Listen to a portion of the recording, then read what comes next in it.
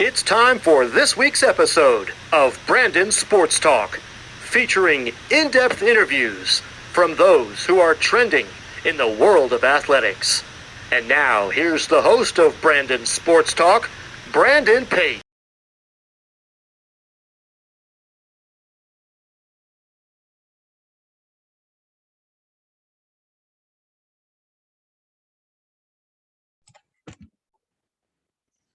Welcome back to Brandon Sports Talk. In today's episode, I have the privilege to interview New York, New Jersey, Gotham FC professional soccer player Gina Lewandowski. How are you doing today? Good, thank you. Can you talk about how you knew that you wanted to play professional soccer? I would say it wasn't really until my senior year of college that I had the idea of playing professionally. There was no league in the United States at that time, so it wasn't really a goal of mine, but I knew I definitely wanted to play at the highest level. So my senior year, I was just considering what I would do after college. And then I came across my mind, hey, let me try to keep playing soccer somewhere outside the country. And that's when I kind of embarked on a journey to figure out if there are opportunities elsewhere.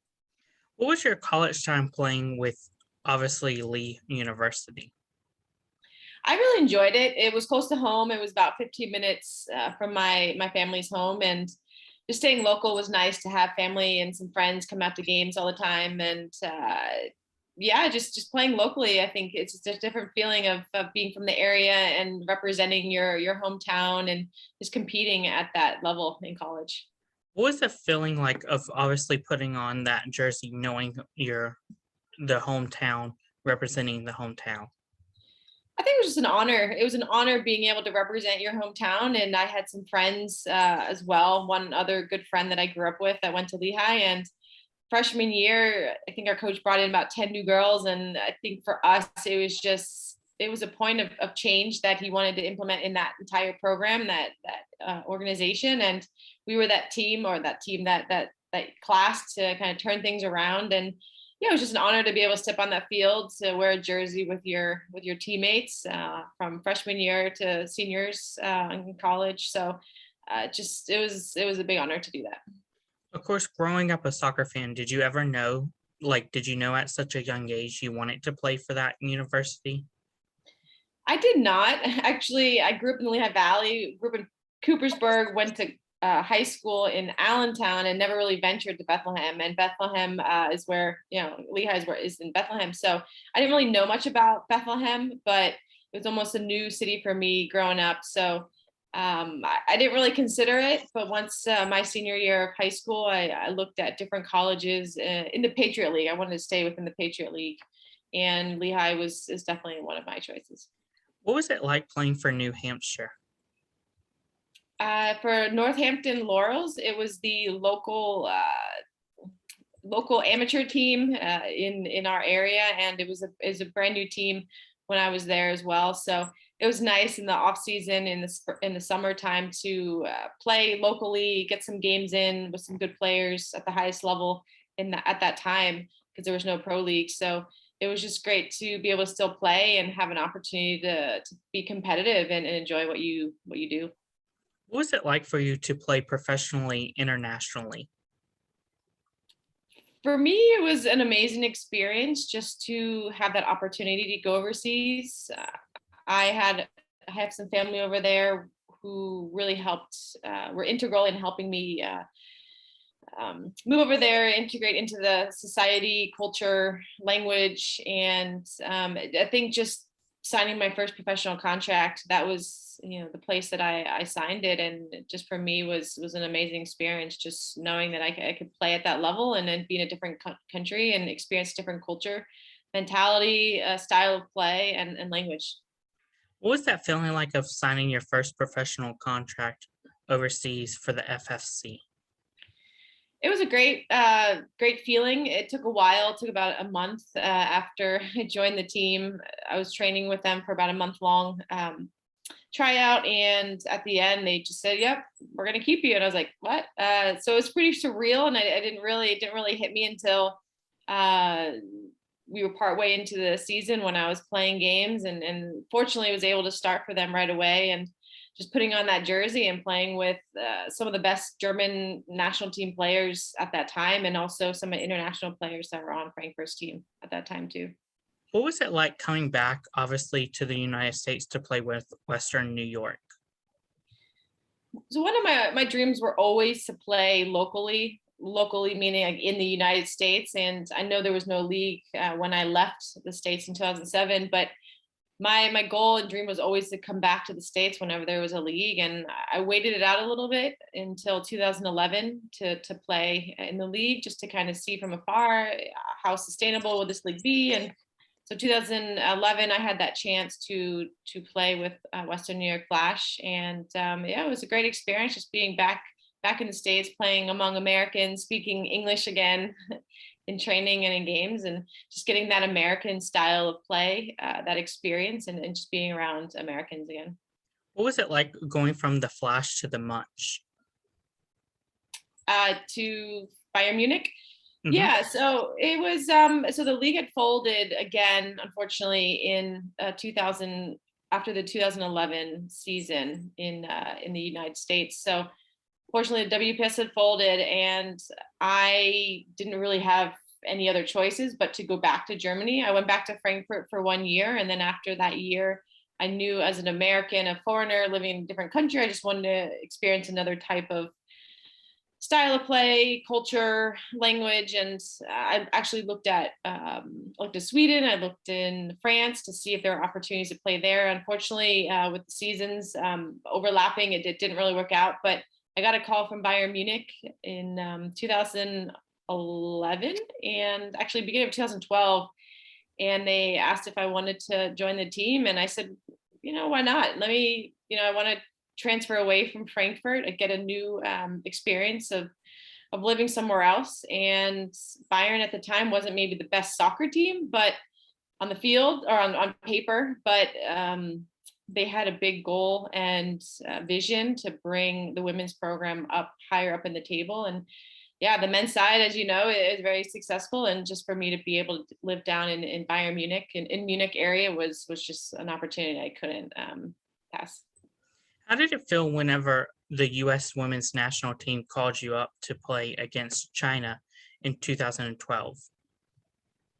For me, that was a great honor just to be called up. I was with Frankfurt at the time, playing center defender, and I got that call to come in to camp and in between the World Cup and Olympics. And I think for me, it was just a great feeling and opportunity to take and just to be able to play amongst some of the best players in the U.S. Unfortunately, it didn't work out, and I stayed in Germany at the time. But I knew after talking to Pia Santaja that she said, opportunities aren't going to go away, and if I continue to play and train well, then I'll get another opportunity. What was that feeling like of getting called up and putting on the U.S. women's national jersey and playing a short time with Alex Morgan and Toby Heath? Mm-hmm.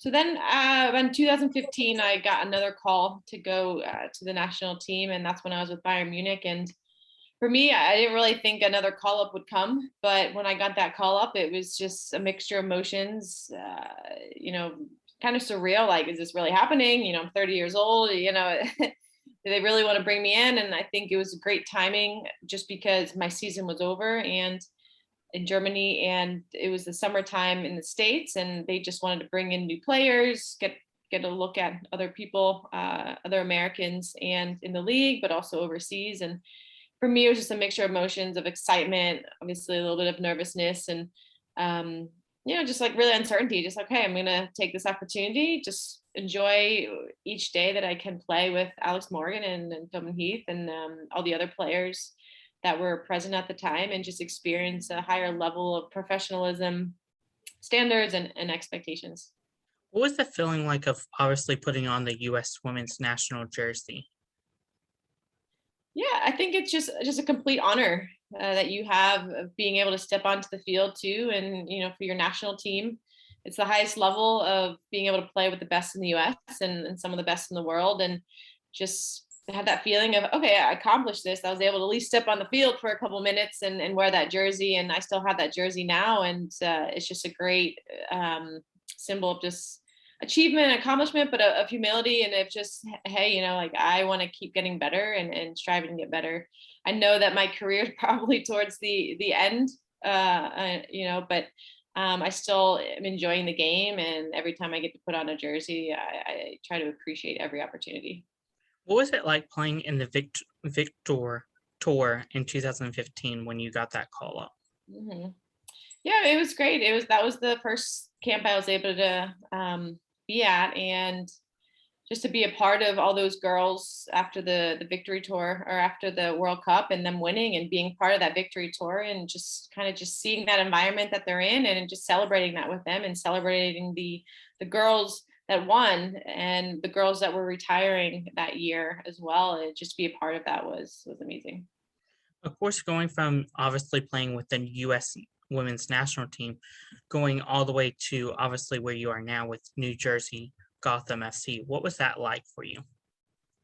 Yeah, I think 2019, I knew that I wanted to come home. I had a calling to come back. I felt this calling to come back to the States, and I was in Germany for 12 years and in Munich for 7. So I felt like I reached my max over there, and I knew that my career, as I mentioned, isn't don't have many years left, and I wanted to be local, closer to home, closer to family and friends, to have them, the opportunity to come and watch me play live. And at that time, Sky Blue reached out and they said, "Hey, we'd love to have you part of our team, and would you be open to it?" And I said, "Yeah, why not? I'm coming back to the States, and I wasn't really sure how long I'd play, but I think joining the team in 2019, it just really sparked another level of passion and excitement for me, being back in the States, playing center back again, and just being in this environment again, this American environment."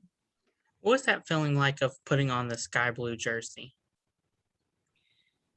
Yeah, I think it was just the excitement of, okay, I'm here in the States. I finally am playing professional soccer in the US. And it was an extra bonus blessing to be able to play an hour from home, close to home. And this is the only team that's closer to my hometown in Pennsylvania. And I think just an honor being able to play locally, just like in Lehigh, just being able to play and compete for your hometown and have that support locally is just a great feeling. How was it like obviously playing locally and having your family so close to you so they can see your professional games? Yeah, it was great. It was great, a great support to have them. In Germany, I didn't really have that as much, obviously, but they always watch from afar on the internet. But being here locally, that support, my family is always 100% right there with me. And just to have them the opportunity, give them the opportunity to do that was also a blessing. What are some of your game day routines and rituals that you have playing professionally? I think for me, it's mostly on a game day. I try to rest as much as possible. So it's very important for me to sleep in as long as possible, get a good night's rest, really feel recovered and rejuvenated from the week of training, and like to get a good breakfast in, maybe go for a longer walk, stretch, and then have some just downtime, some personal time for me to journal, for prayer time, any sort of reflection that I like to do in the morning. And then I think it's probably already lunchtime, and I like to go for another short walk. But some music and visualization is also important for me before games to kind of prepare my mind and my body for the game. What are some of your accomplishments in the NWSL? In the NWSL, my first year was in 2019 with Sky Blue, and then last year we were in the Challenge Cup with Sky Blue, and we made it to the semifinals, which was a big accomplishment for us at that time. And then this year, now newly New Jersey, New York, Gotham FC, and just I think as a team trying to grow this club to the next level and become more professional, raise the standards and expectations, and we just want to grow the value of this club and show that we are a team to reckon with, and we deserve to be here. And we want to change the history of what Sky Blue was like and move it in a different direction, and just be a team that the fans and the local surrounding area is proud of us for. What has it been like, obviously, to build the legacy of Gotham FC after rebranding from Sky Blue to Gotham FC? I think being a part of it is an amazing opportunity on all levels. Whatever part you can play, it's just finding that deeper meaning and purpose in what you do. And I think for me, or anybody, you want to grow, you want to see change, you want to get better. And I think we saw this opportunity with this newly formed Gotham FC going in a direction where we all want change, we all want to be better, we want to raise the standard, the expectations, and just compete. And I think just being on that path together to reach a higher level has just been a really fulfilling and exciting process. Who are some players in the soccer community that you look up to and implement your game after? I wouldn't say there's a particular person, but I know when I was over in Germany, I like to watch a lot of the men's soccer players, particularly in my position as an outside back, center back, and just watch how they would play and perform and react in certain situations. And I think watching game film or watching live games, watching games online, TV can really boost your performance on the field as well as an individual and player. And definitely there's some national team players that I've looked up to over the years and whatever position that I'm playing, and just to kind of see how they handle themselves on the field and how they move and how they react and how they anticipate and play with the ball. And I think there's not really one particular person, but I just love watching soccer in general, and just seeing what different people do in those different positions. What has it been like for you to obviously play against those players that you played with nationally, like Alex Morgan, and now when obviously Orlando comes in, you get to play against her? Yeah, it's a great challenge. There's very very good forwards and midfielders, defenders out there that are some of the best in their position, and I think it's always a challenge and exciting to go out there and measure yourself and just do the best you can. And I think it's just an amazing opportunity, and I'm grateful to be able to still play and challenge myself and get better. What advice would you give college soccer players looking to play college soccer? I would say overall, in general, I think everyone has their unique own path to get to that next level. And whatever goal or dream you have, never to give up. And as I mentioned, there's many different paths to that next level.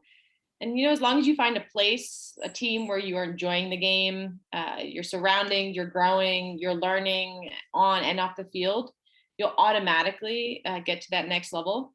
So it's just finding that area where you can thrive as a person and a player, where you're enjoying and having fun, and then you'll automatically be able to get to that next level. What advice would you give college soccer players looking to get into the NWSL? Mm-hmm. Kind of a similar thing too was what I just mentioned with college kids. And I think don't let anyone ever steal the passion of the game from you either, and your dream. And you might not make it one day or 1 year, but keep striving to get to that next level. And they said, as long as you're enjoying and you're having fun and you're learning and growing at the same time, you'll eventually get there. And just to seize every opportunity you have, to go out there 100% in every training and every game, and just focus on your strengths. I think we all have our own particular strengths, and we need to stick to them and just show them a lot more. And and not to be so concerned when something might not go the way you'd like, because you definitely have a path and a plan. There's a plan for you, and staying true to that process and learning and growing in whatever process is yours. What advice would you give those professional players, those soccer players that are getting the opportunities to represent, obviously, the U.S. women's national team? Mm-hmm.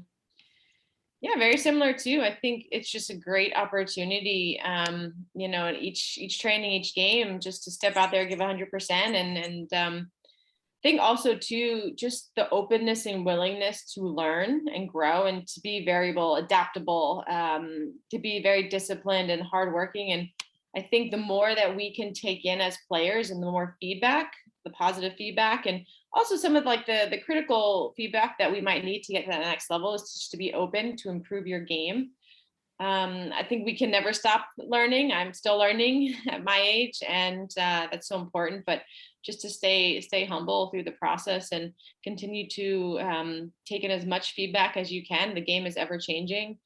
It's becoming a lot more competitive, and I just think too that when you find that, that team or that coach or that place that you're really growing and thriving, then just to keep doing that, and whatever you have as your goals or your dream, you'll eventually get there.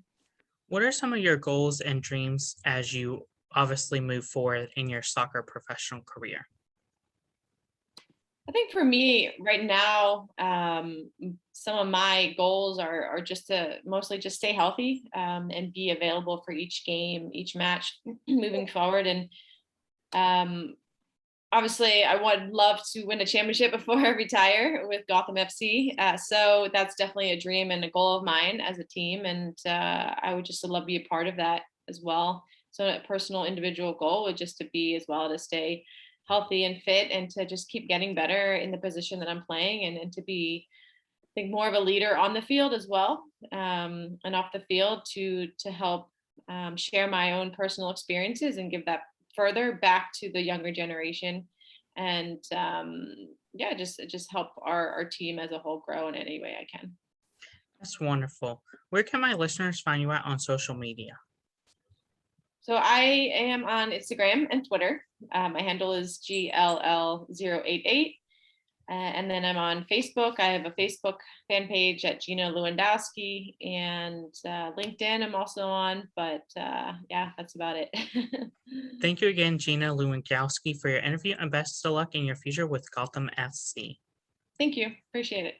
You can find Brandon Sports Talk on Facebook at Brandon Sports Talk, Instagram at Brandon Sports Talk, Twitter at Talk_Brandon, and you can find me on YouTube at Brandon Sports Talk. Don't forget to like, comment, and subscribe. Thank you again, Gina Lewandowski, for your interview, and best of luck in your future. Thank you. You've been watching Brandon Sports Talk. Please feel free to like, share, and subscribe to Brandon Sports Talk on social media and on YouTube.